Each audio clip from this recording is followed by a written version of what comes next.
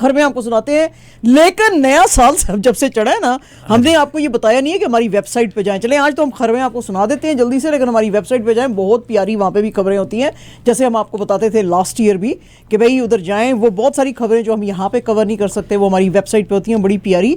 तो वो आप उधर जाएं, देखें, बहुत सारा आपको मटीरियल वहाँ पे मिलेगा। अच्छा जी, पहली खबर हमारी, जैसे कि मैंने आपको बताया था हेडलाइंस में भी, कि जो फेडरल गवर्नमेंट है और 325 फर्स्ट नेशंस जो हैं उनके बीच में एग्रीमेंट हो गया है। ये जो कुछ भी हुआ था रेजिडेंशियल स्कूल्स के अंदर, ये आपको पता है इस सिलसिले में एक क्लास एक्शन लॉ सूट जो था वो फाइल किया गया था, तो वो आज इन दोनों के बीच में तय पा गया, यानी सेटल हो गया है। And as a result the federal government जो है वो इनको $2.8 बिलियन जो है वो देगी। लेकिन अगर इसको अप्रूव कर दिया फेडरल कोर्ट ने, और जितने भी ये जो क्लेम्स डाले गए थे उनको ये कॉम्पनसेशन के तौर पे दिया जाएगा, जो कि 2012 में इन्होंने क्लास एक्शन ये सूट डाली थी और इसका नाम था गॉडफ्रेडसन केस जो था उस सिलसिले में। अच्छा, ये अब एक फंड बनाया जाएगा और 20 साल के लिए ये फंड जो है ये ऑपरेट करेगा और उसमें ये पैसे डाले जाएंगे और इसको गवर्न करेंगे 9 इंडिजिनस डायरेक्टर्स। और इसमें जो फेडरल गवर्नमेंट है वो सिर्फ एक आदमी को इसमें डायरेक्टर को चूज कर सकेगी, बाकी 8 जो है वो लोग खुद करेंगे।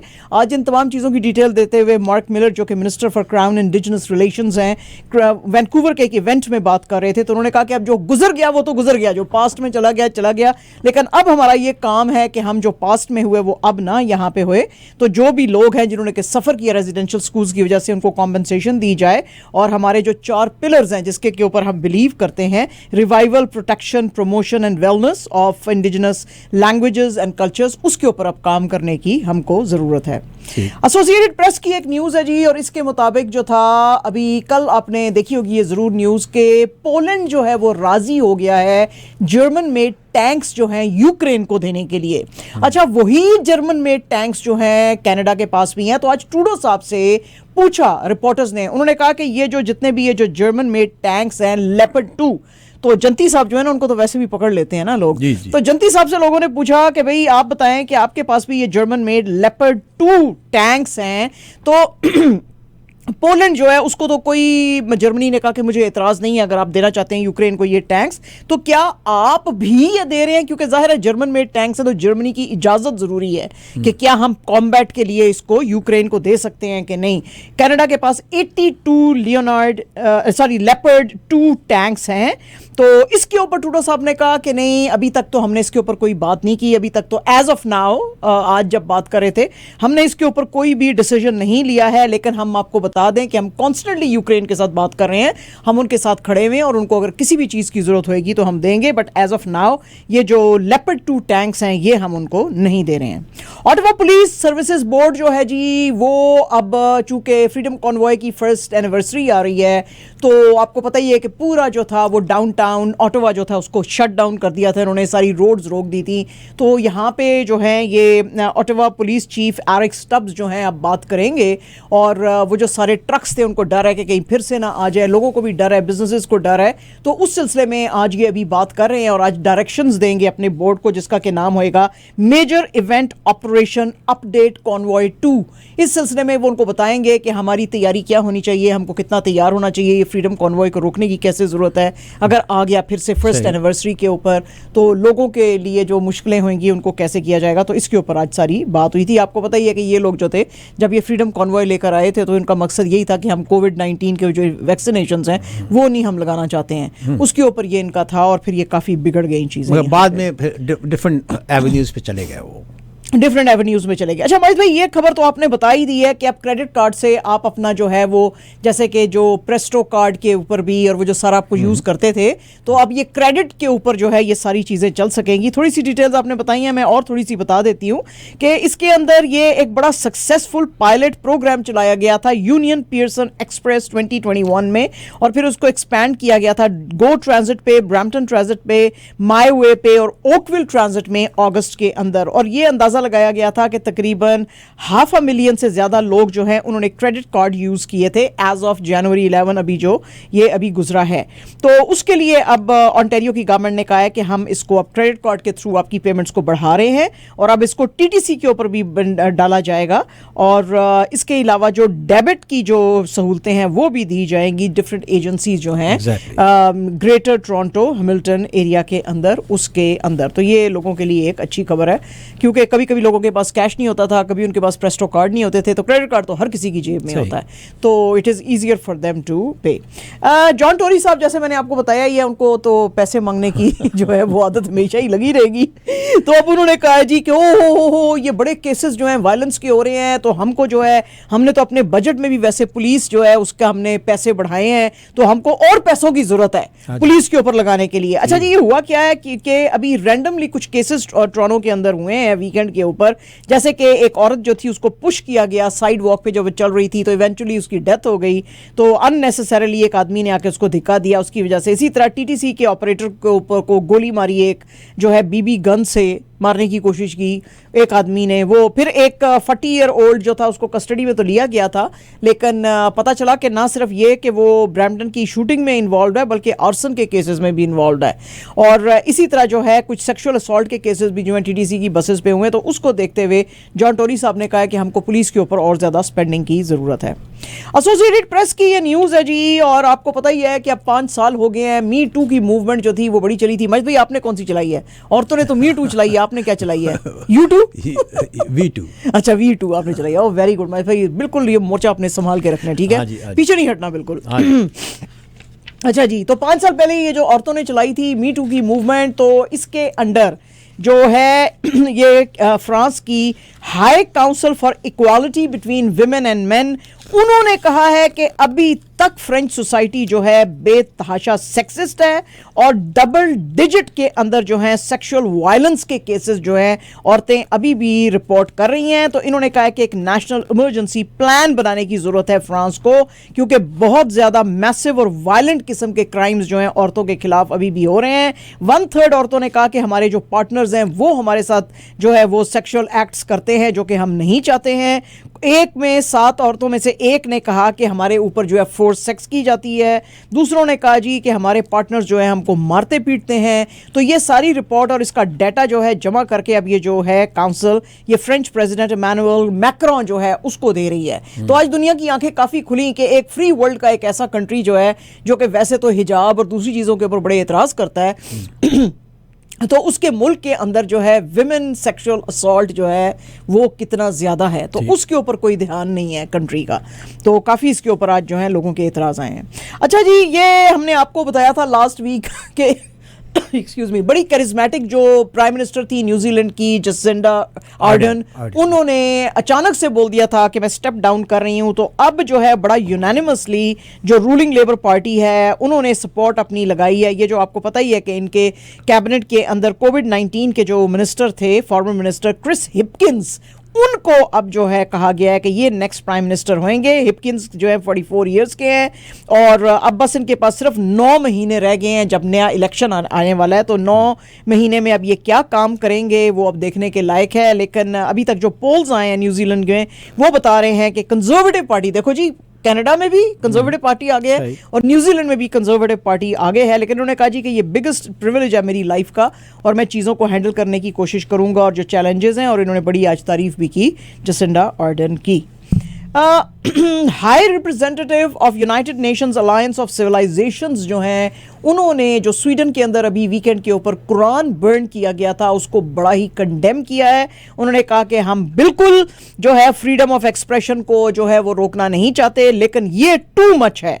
ये स्वीडन के अंदर एक फार राइट पॉलिटिशियन है रेस्मस पालुडान, आपको पता ही है कि कुछ अर्सा पहले भी रमदान में लास्ट ईयर इसने कहा था कि मैं एक कुरान बर्निंग टूर शुरू करने लगा हूं स्वीडन के अंदर। तो इसके अंदर काफ़ी राइट्स वगैरह भी हुए थे स्वीडन में लास्ट ईयर में। तो इसने फिर से ये हरकत की है और स्वीडन के जो डिफेंस मिनिस्टर हैं उन्होंने और फॉरेन मिनिस्टर ने और जो प्राइम मिनिस्टर है उन्होंने काफी इस चीज का बुरा मनाया। अच्छा, ये और भी बुरी कंडीशन में आ जाता है, यानी बुरी सिचुएशन में स्वीडन आ जाता है, क्योंकि स्वीडन के जो डिफेंस मिनिस्टर थे अब वो थोड़े दिनों में टर्की जाने वाले थे, और टर्की में आज मैसिव किस्म के प्रोटेस्ट हुए हैं इस चीज के ऊपर। और आपको पता ही है कि स्वीडन और फिनलैंड जो है वो नेटो की असल में मेंबरशिप चाहते हैं। तो ये नेटो का असूल है कि each and every member should say yes कि किसी को अगर उन्होंने अपने फोल्ड में लेना है। अब तो टर्की भी अंडर प्रेशर आएगा। हाँ, तो टर्की जो है वो उसने इनका कैंसिल कर दिया स्वीडन डिफेंस मिनिस्टर का टूर, क्योंकि वो बात करने जा रहे थे और वो कह रहे थे कि जो भी हमारे दो कंट्रीज के बीच में इश्यूज हैं वो हम रिजॉल्व कर लेते हैं, क्योंकि अभी तक टर्की कह रहा था कि नहीं स्वीडन को देनी है नेटो की जो है वो मेंबरशिप। तो उन्होंने टर्की ने कहा कि तुम्हारा हम टूर कैंसिल कर रहे हैं, बिल्कुल हमारे मुल्क में आने की जरूरत नहीं है। उसकी वजह से स्वीडन की गवर्नमेंट और अंडर प्रेशर आ गई है, क्योंकि अगर एक भी मेंबर ना बोलेगा तो उसको नेटो की मेंबरशिप नहीं मिलेगी। और फिनलैंड और स्वीडन ये बाकी सारे भी जो थे आना चाहते थे, लेकिन स्वीडन को तो इन्होंने ना कर दिया है। और स्वीडन के जो फॉरेन मिनिस्टर हैं टोबियास बिलस्टॉर्म, उन्होंने कहा कि ये इंतहाई इस्लामोफोबिक प्रोवोकेशंस हैं और हम इस चीज को बिल्कुल अंडर फ्रीडम ऑफ एक्सप्रेशन नहीं समझते। ये जो है एक इंतहाई गलत किस्म की चीज है, इसके लिए हम ना सपोर्ट करते हैं, इसको हम अपॉल करते हैं इस तरह की। इसी तरह जो मुस्लिम कंट्रीज हैं, Saudi Arabia, Jordan, UAE, Qatar, Bahrain और इवन पाकिस्तान के जो प्राइम मिनिस्टर हैं शहबाज शरीफ साहब, उसने इसको एक्ट को बड़ा कंडेम किया है। द गार्डियन की खबर है जी ये कि FBI जो है उसने बाइडन साहब की इजाजत के लॉयर्स की इजाजत के बाद बाइडन साहब के घर पे जो डेलावेयर में है उस पे छापा मारा है और 13 घंटे तक ये चलता रहा।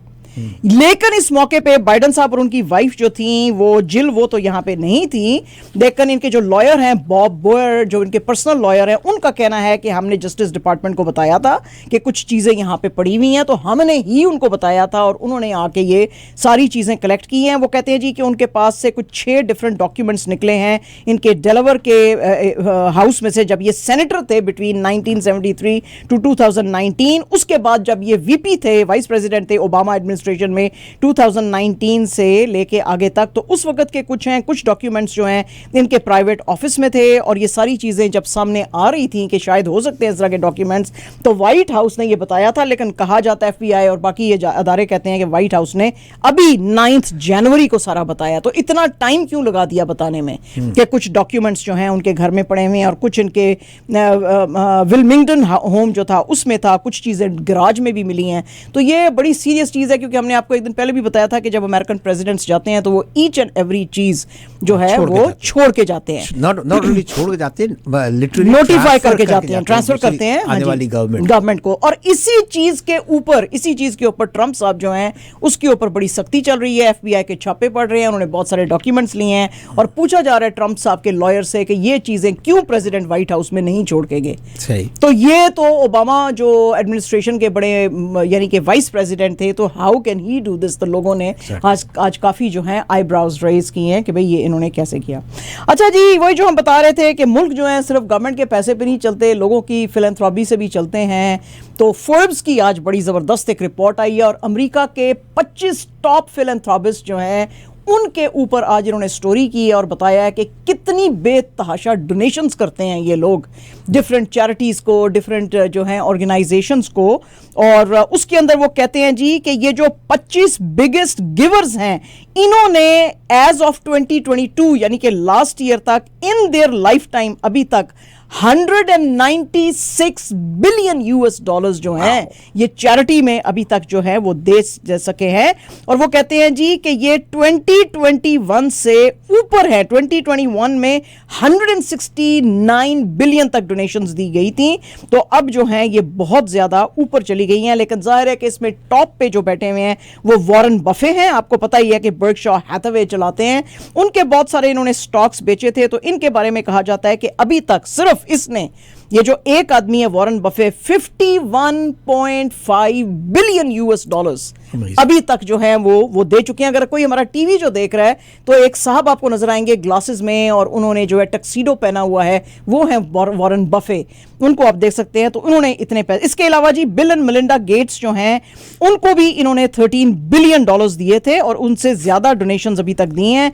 इन्होंने जो है अपनी charity, bill and Melinda Gates की जो चैरिटी है जो कि पोलियो पे काम करती है और बहुत सारे काम करती है, उन्होंने अपनी चैरिटी को 20 बिलियन डॉलर्स दिए हैं। गूगल के जो को फाउंडर है सर्जे ब्रिन, उन्होंने 2.55 बिलियन दिए हैं। इनके जो हेज फंड मैग्नेट हैं केन ग्रिफिन, इनके दोस्त, उन्होंने 1.56 बिलियन दिए हैं।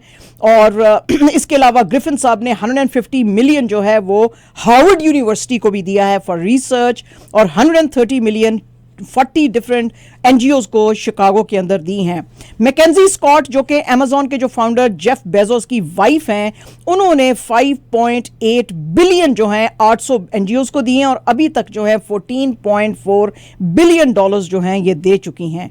Michael Bloomberg 14.4 billion, mark Zuckerberg and Priscilla chain 3.9 billion, Jeff Bezos 2.79 billion, Michael and सूजन डेल जो कि डेल कंप्यूटर्स को रिप्रेजेंट करते हैं 2.43 बिलियन, टेड टर्नर आपको पता है मीडिया मोगल हैं बहुत बड़े 1.4 बिलियन, और and then the list goes on and on. 25 लोग हैं इसके अंदर, जस्ट इमेजिन। और माजिद भाई देखें जरा के 196 billion dollars just in donations. सानू कितना चाहिए? $1 मिलियन वो भी कनेडियन। एप्लीकेशन भेज दो मेरा। हाँ, मैं इनको भेजती हूँ ना। वॉरेन बफे साहब के साथ मुझे अब डायरेक्ट ताल्लुकात बनाने पड़ेंगे। वॉरेन बफे साहब amazing person, amazing person, $50 billion उन्होंने दिया है, तो वाह जी वाह, क्या बात है। 51.5 बिलियन पाया ने तेरे, ਤੁਸੀਂ ਪਾਕਿਸਤਾਨ ਨੂੰ ਦੇ ਦਿੰਦੇ, ਕੋਈ ਪਾਕਿस्तान ਦੇ ਹਾਲਾਤ ਠੀਕ ਹੋ ਜਾਂਦੇ हैं। ਇਹ ਕੀ ਕਰਦੇ ਹੋ? ਬਸ ਆਪਣੇ ਵਿੱਚ ਹੀ ਉਹ ਕਹਿੰਦੇ ਨਾ ਪੰਜਾਬੀ में अंधा बांटे रेवड़ियां मुड़ मुड़ अपनों को दे, अन्ना वंडे रेवड़ियां मुड़ मुड़। ਤੁਸੀਂ मतलब ਆਪਣੇ ਅਮਰੀਕਨਸ ਨੂੰ ਦੇ ਜਾਂਦੇ ਹੋ, ਭਾਵੇਂ ਕੋਈ ਸਾਡਾ भी ख्याल करो। एक ही वही गल है जी। अच्छा जी, हिंदुस्तान के अंदर जो है बड़ी आज गर्मा गर्मी रही, क्योंकि सीनियर कांग्रेस के जो लीडर हैं दिग्विजय सिंह साहब, उन्होंने आज बीजेपी से सीधे जो है सवाल जो है वो पूछे हैं। उन्होंने कहा आप जो बार बार कहते हो कि 2016 में हमने सर्जिकल स्ट्राइक्स की थी, तो उसका ऑथेंटिसिटी किधर है, उसका प्रूफ कहां है? क्योंकि प्रूफ तो आपने अभी तक दिया नहीं। ये बातें इन्होंने जिस वक्त ये जम्मू में थे और राहुल गांधी की जो भारत जोड़ो यात्रा है उसमें बात करते हुए इन्होंने बात की। बीजेपी की गवर्नमेंट जो है आपको पता ही है कि उन्होंने कहा था कि पुलवामा में जो टेरर अटैक हुआ है, जिसमें कि जाहिर है कि पाकिस्तान के कोई वो मिले तो नहीं थे, लेकिन इन्होंने कहा कि जी बीजेपी की गवर्नमेंट ने कि पाकिस्तान ने ये सारा करवाया है, तो उसके जवाब में जी इन्होंने कहा हमने पाकिस्तान को घुस के उसके मुल्क में मारा है, सर्जिकल स्ट्राइक्स की हैं, जिसका कि प्रूफ आज दिग्विजय सिंह ने कहा। पाकिस्तान ने ऑफ कोर्स इसको डिनाई किया था, और उन्होंने बल्कि सारे इंटरनेशनल मीडिया को लेके उस जगह के ऊपर गए थे जहां पे सिर्फ 10 दरख्त गिरे हुए मिले थे। तो और कोई जो उन्होंने जैसे कि कहा था कि बड़े लोग मारे हैं और बड़े हमने जी नुकसान किए हैं और टेररिस्ट मारे हैं, उसका कुछ सुराग नहीं मिला था। वही क्वेश्चन आज दिग्विजय सिंह साहब ने कहा कि कहां है वो टेररिस्ट, कहां है वो लोग? सबसे पहले तो हमें ये बताओ कि वो टेररिस्ट जिनको 300 किलोग्राम RDX दिया गया पुलवामा में अटैक करने वाला, वो कहां से आया? तो ये सारी बातें तो अब जाहिर है इसके ऊपर बड़े आज क्वेश्चंस हुए हैं। इसके अलावा उन्होंने कहा जी कि देवेंद्र सिंह जो कि DSP था, उसको आपने पकड़ा था टेररिस्टों के साथ, उसको आपने क्यों रिलीज किया? और जो है ये आप ये भी इस बात का भी जवाब दें कि आपका तो जो प्राइम मिनिस्टर है यानी कि मोदी जी, वो तो पाकिस्तान के प्राइम मिनिस्टर यानी कि वो रेफर कर रहे थे नवाज शरीफ साहब, उनके बड़े यार हैं, तो फिर मतलब ये दोस्तियां यारियां भी हैं, तो फिर ये भी हैं, तो ये इसके थे। तो जाहिर है कि अब बीजेपी जो है उसने इसके ऊपर बड़ा वो किया है। उन्होंने कहा जी ये जो भारत जोड़ो यात्रा है ये सिर्फ नेम सेक है, इसका असल में कोई मतलब नहीं है, इसका असल मतलब है ब्रेकिंग इंडिया। और ये जिस तरह की ज़बान बोल रहे हैं ये पाकिस्तान की डीप स्टेट इस तरह की ज़बान बोलती है। और एक जो साहब हैं बीजेपी के, उन्होंने तो ये कहा कि जो एनिमी के साथ साइड करता है तो ये बीजेपी जो है इसका ये हॉलमार्क या कि इसका ट्रेट बनता जा रहा है कि ये हमेशा दुश्मन का साथ देते हैं, अपने मुल्क का साथ नहीं देते हैं। वाशिंगटन पोस्ट ने जनाब आज एक स्टोरी की है, और ये स्टोरी किया है एक कश्मीरी लड़के के रकीब हमीद नाइक, जो कि 29 ईयर्स के हैं, जो कि अब रहते हैं अमेरिका के अंदर रहते हैं, और जो हेट क्राइम्स हिंदुस्तान में अंडर मोदी गवर्नमेंट चल रहे हैं उसके ऊपर इन्होंने जो है वो प्रोब की है कि माइनॉरिटीज को किस तरह से मारा जा रहा है, मुसलमानों को किस तरह से दीवार के साथ लगाया जा रहा है। इनका जो वेबसाइट है ये है hindutwawatch.org। इसमें ये जितने भी एक्टिविस्ट हैं उनकी हजारों ही वीडियोस चीजें लेते हैं, उनको एनालाइज करते हैं और फाइंड आउट करने की कोशिश करते हैं। जब इन्होंने ये काम शुरू किया तो जाहिर है कि मोदी गवर्नमेंट ने इनके ऊपर जो है वो बहुत सारी रोक लगाई और उन्होंने कहा जी कि आप ये काम कैसे कर रहे हैं। इस लड़के को भाग के आना पड़ा। तो वाशिंगटन पोस्ट की ये रिपोर्ट कहती है कि आप अमेरिका में ये हैं और रह तो रहे हैं बड़ी चैन की जिंदगी, लेकिन जाहिर है कि ना तो इनके डोर के ऊपर कोई नॉक कर रहा है, ना कोई इनके बाप को तंग कर रहा है, ना इनको कर रहा है, लेकिन अपने मुल्क को तो ये याद करते हैं। तो इनसे आज उन्होंने इंटरव्यू लिया और उन्होंने बताया, तो उन्होंने कहा जी कि जब से मोदी जी की गवर्नमेंट आई है, क्योंकि हिंदुस्तान जब आज़ाद हुआ था तो कहा गया था कि ये एक सेक्युलर कंट्री रहेगा, लेकिन अब ये सेक्युलर कंट्री नहीं रहा है। बेतहाशा जो है हेट क्राइम्स किए जाते हैं और गवर्नमेंट उसके ऊपर कोई एक्शन नहीं ली जाती। इसके अलावा एक स्टडी आई थी 2019 पे दीपंकर बासु की, जो कि इकोनॉमिक्स की प्रोफेसर हैं यूनिवर्सिटी ऑफ मैसाचुसेट्स में, और उन्होंने भी कहा था कि ये जो रिलीजियस टेंशंस हैं ये बेतहाशा मोदी जी के अंदर जो हैं वो बढ़ गई हैं। 2017 तक तो हिंदुस्तान के अंदर ये जो हेट क्राइम्स होते थे उसको डाटा को रिकॉर्ड किया जाता था। वाशिंगटन पोस्ट की इस रिपोर्ट के मुताबिक 2017 के बाद या तो गवर्नमेंट ने या किसी ने इनको इंस्ट्रक्शन दी है कि हेट क्राइम का कोई भी डाटा हिंदुस्तान के अंदर अब आपने कलेक्ट नहीं करना है। एज अ रिजल्ट उसके बाद अभी तक कुछ पता नहीं चल सकता है, लेकिन चूंकि 24 घंटे सोशल मीडिया पे पुलिस बीटिंग्स, होम बुलडोज जो होते हैं और इस तरह की जो चीजें हैं वो आती हैं सामने मुसलमानों के अगेंस्ट और क्रिश्चियंस के अगेंस्ट, और जबकि बीजेपी के लीडर्स खुद खुलेआम कहते हैं कि मुसलमानों का जीनोसाइड किया जाए, तो ये सब चीज़ें जब सामने आती हैं तो वाशिंगटन पोस्ट कहता है कि इसके ऊपर लोगों की बड़ी नज़र आती है। एक और वाकया उन्होंने वाशिंगटन पोस्ट ने किया, उन्होंने कहा 2017 में हिंदुस्तान टाइम्स जो है उसने ये ट्रैक करने की कोशिश की थी। उन्होंने कहा कि अब जब इन्होंने रोक दिया है ये काम गवर्नमेंट ने, तो हम करेंगे, ये इनिशिएटिव लेंगे कि मुसलमानों के खिलाफ और लो कास्ट इंडियंस के खिलाफ कितना ज़्यादा जो है वायलेंस है। तो कहा गया है कि अंडर गवर्नमेंट प्रेशर उनको हटा दिया गया था, क्योंकि कुछ ही दिनों के बाद अपनी ये इनिशिएटिव शुरू करने के बाद उन्होंने रिजाइन कर दिया था। और बॉबी घोष था इनका नाम, एडिटर इन चीफ थे। हालांकि ये हिंदुस्तान टाइम्स, जैसे आपको हमने बताया ही था कि दुनिया का सबसे बड़ा अखबार है हिंदुस्तान टाइम्स, उसके एडिटर इन चीफ थे, तो उनको फिर रिजाइन करना पड़ गया था। तो ये बातें आज सारी जो हैं ये इसमें ट्रेस की गई हैं। अच्छा जी, फिर इमरान खान साहब जो हैं पाकिस्तान में, उन्होंने कहा है कि पीटीआई की गवर्नमेंट जो है ये जो मीडिया मुगल हैं, मोहसिन नकवी जिनको कि पंजाब का इंटरिम चीफ मिनिस्टर बनाया गया है, उसके खिलाफ प्रोटेस्ट करेगी। इमरान खान साहब का कहना है जी कि जिस वक्त मैं पावर में था तो मुझे इंटेलिजेंस एजेंसीज ने बताया था और इंटेलिजेंस ब्यूरो ने बताया था कि इसकी एक्टिविटीज के ऊपर आप नजर रखें, क्योंकि ये जो है इसकी एक्टिविटीज बड़ी गलत हैं, ये गलत लोगों में उठता बैठता है। और इमरान खान ने साहब ने एलिगेशंस लगाए हैं कि इसने मेरी पीटीआई की गवर्नमेंट को टॉपल करने की कोशिश की थी। और आप इस बंदे की रेप्यूटेशन इसी बात से सोच सकते हैं कि जरदारी साहब इनको अपना बेटा कहते हैं, और जब से ये आए हैं ब्यूरोक्रेसी के अंदर इन्होंने हेर फेर शुरू कर दी है, इंतहाई करप्ट लोगों को ये लेने के लिए आ गए हैं। इसके अलावा इलेक्शन कमीशन ऑफ पाकिस्तान के डिसीजन पे कि इनको जो मुल्क के सबसे बड़े सूबे का चीफ मिनिस्टर बनाया जाए, उसके ऊपर भी आज इमरान खान साहब ने बड़े एतराज किए हैं। रॉयटर्स को जनाब आज एक इंटरव्यू दिया है पाकिस्तान के जो एनर्जी मिनिस्टर हैं खुर्रम दस्तगीर खान, जिसकी के भी थोड़ी सी बात गोरी साहब भी करके गए हैं। लेकिन रॉयटर्स के इस इंटरव्यू के मुताबिक जो है मैं आपको बताना चाहती हूं कि उन्होंने पूछा इनसे कि दस्तगीर साहब अब 12 घंटे से ब्रेक डाउन चल रहा है और अब तो खैर 24 आवर्स ही हो गए हैं एंड मोर में भी, तो इसके ऊपर क्या काम कर रहे हैं। तो खुर्रम दस्तगीर साहब ने कहा कि जी ये जो फ्लक्चुएशंस हुई थी north and southern transmission corridor में, अनयूजुअल जो वोल्टेज का जो ब्रेक डाउन हुआ था उसकी वजह से ये हुआ है। बट सिंस देन हमने जो है काफ़ी जगह पे इलाकों पे जैसे कि इस्लामाबाद में, बलूचिस्तान में और भी कुछ इलाकों में हमने अब रेस्टोरेशन ऑफ इलेक्ट्रिसिटी शुरू कर दी है। उच्ची का जो एरिया है का जो प्लांट है वो अब ऑपरेशनल है, और जो थर कोल पावर प्रोजेक्ट है उससे जो है इलेक्ट्रिसिटी अब के इलेक्ट्रिक को दी जा रही है, ताकि कराची के अंदर और सिंध के अंदर जो है उसका रेस्टोरेशन का काम किया जाए। तो ये सब चीज़ें जो हैं फिर से बहाल आ जाएंगी। आज फिर से वहाँ पे पाकिस्तान में आंखें उठाई गई हैं कि जब इमरान खान साहब की गवर्नमेंट थी तो कभी ना लोड शेडिंग होती थी, ना तो गैस की कमी होती थी। जब से ये आए हैं लोड शेडिंग भी शुरू हो गई है और गैस की भी काफ़ी कमी है। अच्छा जनाब, हिंदुस्तान के अंदर जो असम के चीफ मिनिस्टर हैं हिमंता बिस्वा शर्मा, उन्होंने तो आज हद ही कर दी जब उनको बताया गया कि गुवाहाटी के अंदर जो पठान का जहां पे पोस्टर लगे हैं उनको जलाया गया है, वहां पे सिनेमा हॉल्स में जो है वो तोड़फोड़ करने की जहां पे लगी हुई थी पोस्टर उधर की गई है। तो उन्होंने कहा जी ये कौन है, ये शाहरुख खान। मुझे तो इस तरह की कोई रिपोर्ट नहीं आई। इस मुल्क में बहुत बड़े बड़े और बेशुमार शाहरुख खान हैं। हाँ, अगर इस शाहरुख खान की जिसकी आप बात कर रहे हैं अगर वो मेरे से डायरेक्टली बात करेगा तो फिर हम देखेंगे हम क्या कर सकते हैं। उसके बाद जी थोड़ी देर के बाद इनका ट्वीट आया कि हाँ शाहरुख खान ने मेरे से बात कर ली है और अब हम जो है इसको करेंगे। इस सिलसिले में जो थे विश्व हिंदू परिषद नेशनल स्पोक्समैन विनोद बंसल, उन्होंने कहा हमारा प्रोटेस्ट जारी रहेगा जब तक कि शाहरुख खान साहब जो हैं ये जो बॉलीवुड के बड़े भाईजान बनते हैं ये जब तक हमें सॉरी नहीं बोलेंगे। लेकिन पायन भाईजान तो सल्लू भाई हैं, ये तो बेचारा नहीं है। लेकिन बहरहाल जी गुस्से में आदमी कुछ भी कहता है।